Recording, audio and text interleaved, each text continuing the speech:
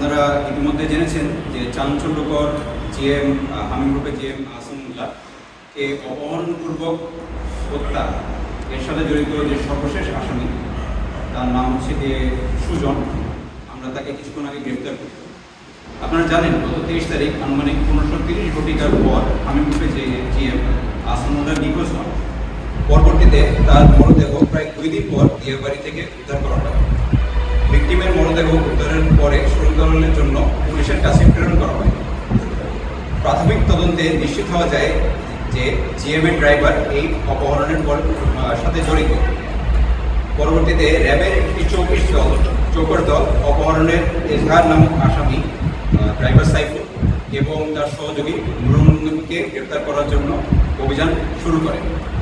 র্যাবের নিকট 24 তারিখ সকালে ভিকটিমের পরিবার এবং হামিম গ্রুপের প্রতিনিধি অভিযোগ নিয়ে আসেন। অভিযোগ নিয়ে আসার পর তারা বর্ণনা করেন যে সাইফুল বিভিন্ন সময় সন্দেহভাজন তথ্য দিয়ে আসতেছে, অর্থাৎ 23 তারিখ অফিস থেকে তার মালিককে নিয়ে আসার পর থেকে অনেক সন্দেহজনক তথ্য দিচ্ছে। এই সন্দেহ প্রবণতার কারণে আসামি সাইফুলকে তার পরিবারিক কর্তৃক আটক করা হয় এবং আটক করার পরে তারা পুলিশের কাছে প্রেরণ করার জন্য প্রস্তুতি নেয়। এই প্রস্তুতির সময়কালে সাইফুল সুকৌশলে ওয়াশরুমে যাওয়ার জন্য আবেদন করেন।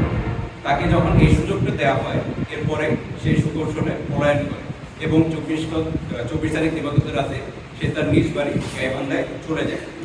পরবর্তীতে 25 তারিখ আনুমানিক সকাল দুপুর 12টার সময় এই ভিকটিম জিএম আহসানুল্লাহর মরদেহ উদ্ধার করা হয়।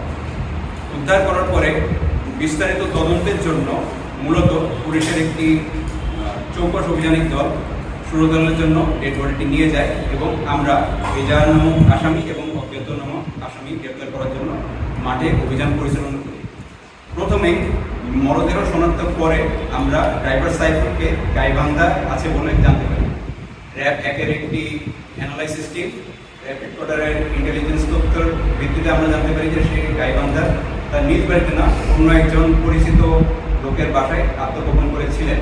পরবর্তীতে তৎক্ষণাৎ র্যাব 13-এর একটি অভিযানিক টিম মাঠে অভিযান করার জন্য নামেন এবং ড্রাইভার সাইফুল এবং যে হচ্ছে অপহরণ মামলার এজাহার নামে প্রথম আসামি তাকে গ্রেপ্তার করার পরে ড্রাইভার সাইফুলকে র্যাব 13 কর্তৃক র্যাব 1-এ প্রেরণ করা হয়। র্যাব 1-এর মাধ্যমে 24 ঘন্টার সময় ব্যাপ্তিতে তাকে প্রাথমিকভাবে জিজ্ঞাসাবাদ করা হয়। জিজ্ঞাসাবাদে তিনি নিশ্চিত করেন যে অপহরণের সময় তিনি উপস্থিত ছিলেন এবং তার সাথে সহযোগী নুরুন্নবীও একই কাজে উপস্থিত ছিল।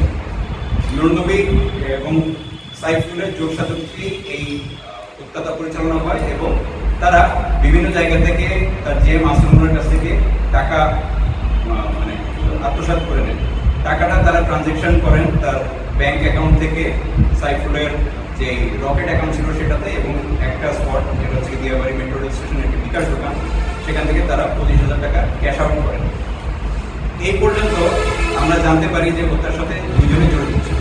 পরবর্তীতে আমাদের একটি চৌকস দল নুরুন্নবীকে র্যাব 13 যৌথ অভিযান, র্যাব এবং র্যাব 13-এর একটি অভিযানিক দল যৌথভাবে অভিযান করে নুরুন্নবীকে রংপুরের লালমনিরহাট থেকে গ্রেপ্তার করার পর আমরা তার কাছ থেকে জানতে পারি যে সুজন এবং আরেকজন আসামি যার নাম ইসরা, যার মূল নাম ইসরাফিল, এই দুইজনও এই হত্যাকাণ্ডের সাথে জড়িত ছিল।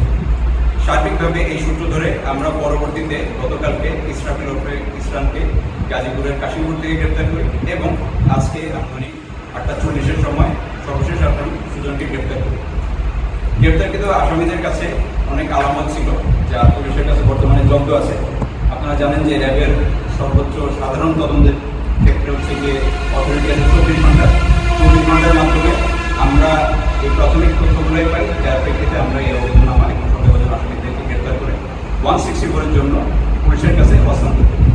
ইতিমধ্যে আপনারা হয়তো জানতে পেরেছেন যে মূল আসামি সাইফুল এবং নুরুন্নবী এই দুজনের 164 হয়েছে।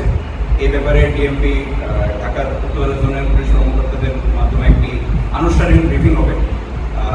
আমি এই ব্যাপারে বিস্তারিত বলতে যাচ্ছি না।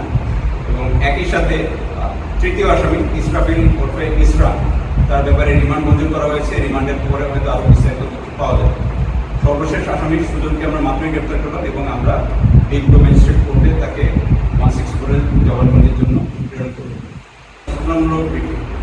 ঈদের সময় আমরা মাঠে দায়িত্বপ্রাপ্ত আছি এবং এরকম আইনশৃঙ্খলা ব্যত্যয় যারা ঘটাবে আমরা তাদেরকে দ্রুততম সময়ে গ্রেপ্তার করব।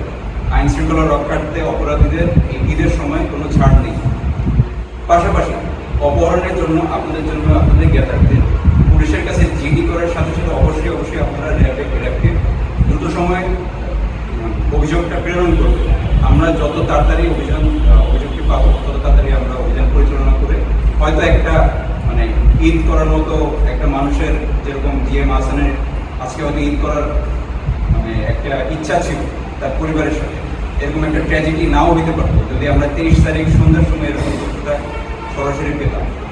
কিন্তু সার্বিকভাবে যখন আমাদের একটু বিলম্ব হয়ে যায় সেক্ষেত্রে আমরা বিভিন্ন চ্যালেঞ্জ মোকাবেলা করি।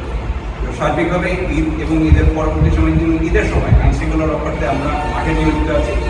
অপরাধীদের কোনো ছাড় নেই এবং মানুষের হাস্যোজ্জ্বল ঈদ ভালোভাবে